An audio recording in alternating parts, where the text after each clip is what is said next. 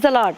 అనుదినం దేవునితోనే కార్యక్రమం చూస్తున్న మీ అందరికీ మన ప్రభు అయిన రక్షకుడైన యేసుక్రీస్తు ఘనమైన నామములో వందనాలు. ఈ ఉదయకాలం దేవుని వాక్యం చూసుకుందాం. ద్వితీయోపదేశకాండం 11వ అధ్యాయం 26 నుంచి 28 వచనాలు. నేడు నేను మీ ఎదుట దీవెనను శాపమును పెట్టుచున్నాను. నేడు నేను మీకు ఆజ్ఞాపించు మీ దేవుడైన యెహోవా ఆజ్ఞలను మీరు వినిన ఎడల దీవెనయు, మీరు మీ దేవుడైన యెహోవా ఆజ్ఞలను వినక నేడు నేను మీకు ఆజ్ఞాపించు మార్గములను విడిచి మీరెరుగని ఇతర దేవతలను అనుసరించిన ఎడల శాపమును కలుగును. దేవుడు తనను సేవించు మనుషుని మీద తన ఆజ్ఞలను విధులను గైకును మనుషుని మీద దీవెనలను ఆశీర్వాదాలను కుమరిస్తాడు. ఒక నిజమైన క్రైస్తవుడు భౌతిక ఆశీర్వాదాలపై ఎన్నడూ మనసు పెట్టకూడదు. భౌతిక ఆశీర్వాదాలు అంటే ఈ లోక సంపద, ఖరీదైనటువంటి వస్త్రాలు, ఖరీదైనటువంటి వాహనాలతో మన ఇళ్లను నింపుకోవడం. ఈ లోకంలో ఉన్నటువంటి ఈ భౌతిక ఆశీర్వాదాల వలన కొన్నిసార్లు మనలోనికి గర్వము, అహంకారము లోనికి రావడానికి ప్రయత్నం చేస్తాయి. భౌతిక ఆశీర్వాదాలు మనలోనికి గర్వము, అహంకారాన్ని తీసుకుని రావచ్చు. నిజమైన ఆశీర్వాదం అంటే ఎక్కడైతే ఏ కుటుంబంలో అయితే భార్యాభర్తల మధ్య ఐక్యత ఉంటుందో, నీ డబ్బు నా డబ్బని, నీ బంధువులు నా బంధువులు, నీ సేవ నా సేవ, నీ వాళ్ళు నా వాళ్ళు అనే భిన్నాభిప్రాయాలు కాకుండా ఏకాభిప్రాయము, ఏక తాత్పర్యము, ఏక మనసు, ఏక హృదయం ఏ భార్యాభర్తల మధ్య అయితే ఉంటుందో అది నిజమైన ఆశీర్వాదం. ఎక్కడైతే హాస్పిటల్స్కు చెల్లించాల్సినటువంటి బిల్లులు ఉండవో అది నిజమైన ఆశీర్వాదం. అంటే ఆరోగ్యం అనేది నిజమైన ఆశీర్వాదం. ఎక్కడైతే కుటుంబ ప్రార్థన ఉంటుందో ఆ కుటుంబము దేవుని చేత ఆశీర్వదించబడినటువంటి కుటుంబం.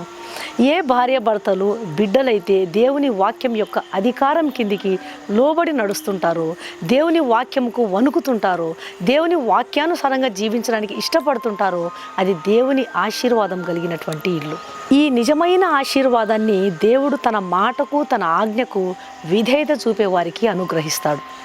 అవిధేయులు ఇలాంటి ఆశీర్వాదాన్ని, నిజమైన ఆశీర్వాదాన్ని పొందుకోలేరు. దేవుని వాక్కును ఉన్నది ఉన్నట్లుగా అనుసరించేటువంటి వారికి నిజమైన ఆశీర్వాదం దొరుకుతుంది. ఒకసారి ఒక న్యాయవాది తన క్లయింట్కు కొన్ని సూచనలు ఇచ్చినాడంట. అతడు ఆ సూచనలను గైకొనకపోవడం వలన వారు కేసులో ఓడిపోవడం జరిగింది. ఆ క్లయింట్ వచ్చి న్యాయవాదితో, అయ్యా మనం కేసులో ఓడిపోయామే అది ఫిర్యాదు చేస్తే, అవునయ్యా నేను ఇచ్చినటువంటి సూచనల ప్రకారం నువ్వు నడవలేదు కాబట్టి, నువ్వు నేను చెప్పినటువంటి మాటకు విధేయత చూపలేదు కాబట్టి మనం కేసులో ఓడిపోయాము అన్నాడంట. విధేయత చూపించి ఉంటే కేసులో వాళ్ళు గెలిచేవారి. దేవుని వాక్యానికి చాలామంది విధేయత చూపరు. దేవుని వాక్యానికి విరోధంగా వెళ్ళి ప్రేమ అనేటువంటి మాయలో పడి ఓవర్ కాన్ఫిడెన్స్తో నేను పెళ్ళైన తర్వాత మార్చుకుంటాను, దేవునిలోకి నడిపించుకుంటాను అని చెప్పి దేవుని వాక్యానికి వ్యతిరేకంగా నడుస్తూ, దేవుని వాక్యానికి విరోధంగా నడుస్తూ, దేవుని వాక్యానికి అవిధేయత చూపి జీవితాలను ఎంతో నరకప్రాయంగా చేసుకుంటున్నారు. దేవుని వాక్యం సెలవిస్తుంది మీరు అవిశ్వాసులతో జోడుగా ఉండవద్దు అని. కానీ ఈ వాక్యాన్ని పక్కన పెట్టి లోక మాయంలో చిక్కిపోయి చాలామంది దేవుని వాక్యానికి అవిధేయత చూపించి కష్టాల పాలవుతున్నారు. నా దగ్గరికి చాలామంది స్త్రీలు తీసుకుని వచ్చేటువంటి కొన్ని సమస్యలలో ప్రధానమైన సమస్య ఏమిటంటే, మేము తొందరపడి దేవుని వాక్యానికి అవిధేయత చూపించి తొందరపడి పెళ్లి నిర్ణయం తీసుకొని ఈరోజు చాలా మానసికంగా వేదన అనుభవిస్తున్నాము. జీవితము చాలా నరకంగా ఉంది. తప్పుడు నిర్ణయాలతో వేదన చెందుతూ ఉంటారు. ఈరోజు దాదాపు మన దేశమంతా కూడా ఇదే అవిధేయతతో నింపబడి ఉంది. అవిధేయత చూపించేటువంటి వారికి, దేవుని మాటకు ఎదురాడేటువంటి వారికి శాంతి సమాధానాలు ఉండవు. ఎవరైతే దేవుని మాటకు విధేయత చూపిస్తారో వారికి శాంతి సమాధానం ఉంటుంది. దేవుడు మనందరినీ కూడా శాంతి సమాధానాలతో, ఆరోగ్యంతో, సంతోషంగా, ఆనందంగా ఉండాలని కోరుతున్నాడు. అయితే మనం తీసుకున్నటువంటి తప్పుడు నిర్ణయాల వలన మనిషి శాంతిని, సమాధానాన్ని కోల్పోతున్నాడు. దేవుని వాక్యానుసారంగా నడిచేవారు, దేవుని వాక్యానికి విధేయత చూపేవారు ఎప్పుడూ సంతోషంగా, ఆనందంగా ఉంటారు. విధేయత మనకు దీవెని తీసుకొస్తుంది, అవిధేయత మనల్ని శాపాన్ని తీసుకొస్తుంది. ఒకసారి ఒక ప్రాంతంలో ఒక తల్లి వంటగదిలో వంట చేస్తూ తనకు దగ్గరలో ఉన్నటువంటి 6 సంవత్సరాల కొడుకును గమనిస్తూ వంట చేస్తుంది. ఈ 6 సంవత్సరాల కుమారుడు పుస్తకాలతో ఆడుకుంటూ ఏదో రాసుకుంటూ గీసుకుంటూ ఉన్నాడు. తల్లి గమనిస్తూ ఉంది. అంతలోని ఆ చిన్న కుమారుడు కిటికీలోంచి ఒక పుస్తకాన్ని తీసి బయటపడేశాడంట. అది గమనించిన తల్లి, బాబు వెళ్ళి పుస్తకాన్ని లోపలికి తీసుకునిరా అందంట. ఆ కుర్రవాడు, ఆహా నేను తీసుకురాను, నేను ఆ పని చేయను అన్నాడంట. ఏంటి మళ్ళీ చెప్పు అంటే, నేను ఆ పుస్తకాన్ని లోపలికి తీసుకురాను అన్నాడంట మొండిగా. వెంటనే ఆ తల్లి వంట చేయడం ఆపేసి దగ్గరికి వెళ్ళి పిల్లవాడి చేయి పట్టుకొని బయటికి తీసుకువెళ్ళి పుస్తకం దగ్గర నిలబెట్టి, ఈ పుస్తకాన్ని తీసుకొని నువ్వు లోపలికి రావాలి, ఈ పుస్తకాన్ని తీసుకుంటేనే నువ్వు లోపలికి వస్తావు అని చెప్పి అక్కడ వదిలేసి లోపలికి వచ్చిందంట. మళ్ళీ వంట చేస్తూ ఉంది. టైం అయిపోయింది, భోజనం టైం. బయటికి వెళ్ళింది, పిల్లవాడిని తీసుకుంది, లోపలికి తీసుకొచ్చి భోజనం పెట్టి మళ్ళీ బయటికి వెళ్ళింది. ఈ పుస్తకాన్ని తీసుకొని లోపలికి రాని.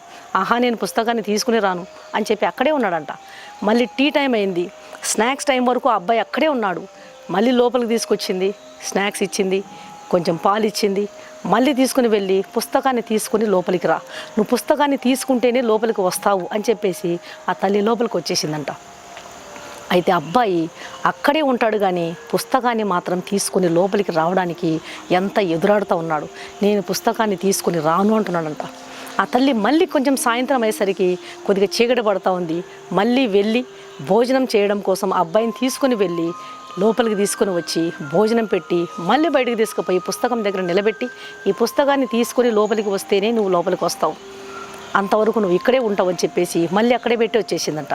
ఆ తర్వాత కుర్రవాడికి అర్థమైందంట, ఇంకా నేను పుస్తకం తీసుకుంటేనే లోపలికి వెళ్ళగలను, కాబట్టి పుస్తకాన్ని తీసుకునేదాకా మా అమ్మ నన్ను లోపలికి తీసుకుని రానివ్వదు, ఈ పుస్తకాన్ని తీసుకుంటేనే నన్ను మా మమ్మీ లోపలికి రానిస్తుంది అని చెప్పేసి ఈ అబ్బాయికి అర్థమైపోయి ఆ పుస్తకాన్ని తీసుకుని చిన్నగా లోపలికి అడుగు పెట్టాడంట. ఇంకెప్పుడు కూడా అటువంటి తిరుగుబాటు పని ఆ అబ్బాయి చేయలేదంట. దేవుని బిడ్డలారా, మన పిల్లలు చిన్న బిడ్డలుగా ఉన్నప్పుడే వారికి మనం విధేయత నేర్పలేకపోతే పెద్దవాళ్ళు అయిన తర్వాత వారు మన గుండెను బద్దలు చేస్తారు. ఆ తల్లి ఎంతో కష్టంతో ఆ చిన్న కుమారుడికి విధేయత నేర్పించినప్పుడు మరి దేవుడు మనుషులను విధేయులగునట్లు చేయలేడా? తన మాటకు ప్రజలు విధేయులు కావాలి అనేటట్లుగా దేవుడు చేయలేడా? తప్పకుండా చేయగలడు, కానీ దేవుడు ఎలా చేయడు. నీ ఇష్టానికి వ్యతిరేకంగా దేవుడు నిన్ను బలవంతం చేయడు. ఆయన తన ప్రేమ బంధంతో నిన్ను ఆకర్షించాలి అని చూస్తాడు. నువ్వు ఆయన మాటకు విధేయురాలివి అయ్యేదాకా దేవుడు నీకు సమయం ఇస్తాడు.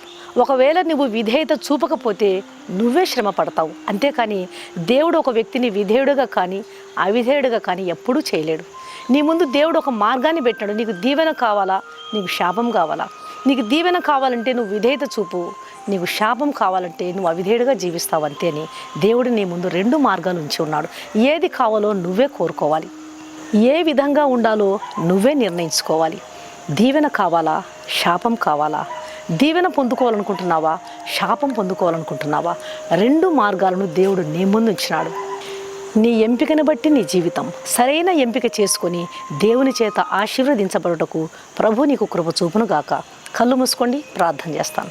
పరిశుద్ధుడైన మా ప్రియ పరలోకపు తండ్రి, ఈ ఉదయకాలము మీరిచ్చిన చక్కని వాక్యానికి స్తోత్రం నాయన. నిన్ను సేవించు మనుషుని మీద నీ ఆజ్ఞలను కట్టడలను అనుసరించు మనుషుని మీద ఆశీర్వాదాలను కొమ్మరించే దేవుడవు నాయన. ఒక నిజమైన క్రైస్తవుడు భౌతిక ఆశీర్వాదాల కోసం ప్రాకులాడకూడదని హెచ్చరిస్తున్నారు. అవును తండ్రి, భౌతిక ఆశీర్వాదాలపై మనస్సును ఉంచడం వల్ల ఆత్మలోనికి ఒక రకమైన బలహీనతలు రావచ్చు. అవి గర్వము, అహంకారం కావచ్చు, హెచ్చైన స్థితి కావచ్చు. వాటిపై లక్ష్యం ఉంచి పరలోకానికి వెళ్ళే మా పరుగును నిర్లక్ష్యం చేయొచ్చు. తండ్రి, అటువంటి పాపాన్ని మాలోనికి ఎన్నడూ రాకుండా కాపాడండి. దయచేసి ప్రభువా, భేదాభిప్రాయాలు తీసుకొచ్చే, అలాంటి పాపాలు తీసుకొచ్చే, సమాధానాన్ని తీసుకొచ్చే, డబ్బుకై మేము పరిగెత్తే వారంగా కాకుండా నిజమైన ఆశీర్వాదం కొరకు ఆశించే కృప మాకు దయచేయండి. నా ప్రార్థన ఆలకించమని యేసు నామమున అడిగి వేడుకుంటున్నాను తండ్రి, ఆమెన్. ఈ వాక్యం విన్న ప్రియమైన దేవుని బిడ్డలారా, దయచేసి ఈ వాక్యాన్ని అనేకులు విని మేలు పొందే విధంగా ఛానల్ను సబ్స్క్రైబ్ చేసుకోండి. దేవుని వాక్యాన్ని షేర్ చేయండి. ఈ వాక్యాన్ని విన్నటువంటి మీలో ఇంకా రక్షణ పొందని వారు ఎవరైనా ఉన్నట్లయితే దయచేసి క్రీస్తు ప్రభువారికి మీ హృదయాన్ని ఇవ్వండి. పాపులను రక్షించుటకు క్రీస్తు యేసు ఈ లోకానికి వచ్చినాడు. పాపము మనిషికి నెమ్మది లేకుండా చేస్తుంది. పాపములోనే ఉండి మనిషి చనిపోతే అతని ఆత్మ నిత్యము నరకానికి వెళ్తుంది. కాబట్టి నీ ఆత్మ నరకానికి వెళ్ళడం దేవునికి ఇష్టం లేదు. కాబట్టి ఆయన తన పరిశుద్ధ రక్తాన్ని నీ కొరకు కార్చినాడు. ఆయన రక్తంలో కడుగుబడితేనే ఒక పాపికి పాప క్షమాపణ, నిత్య జీవము దొరుకుతుంది. ఆయన రక్తంలో కడుగుబడండి. ఆయన ఇచ్చే ఉచితమైన రక్షణ స్వీకరించండి. ప్రభు మీ ఆత్మను రక్షించును గాక. God bless you.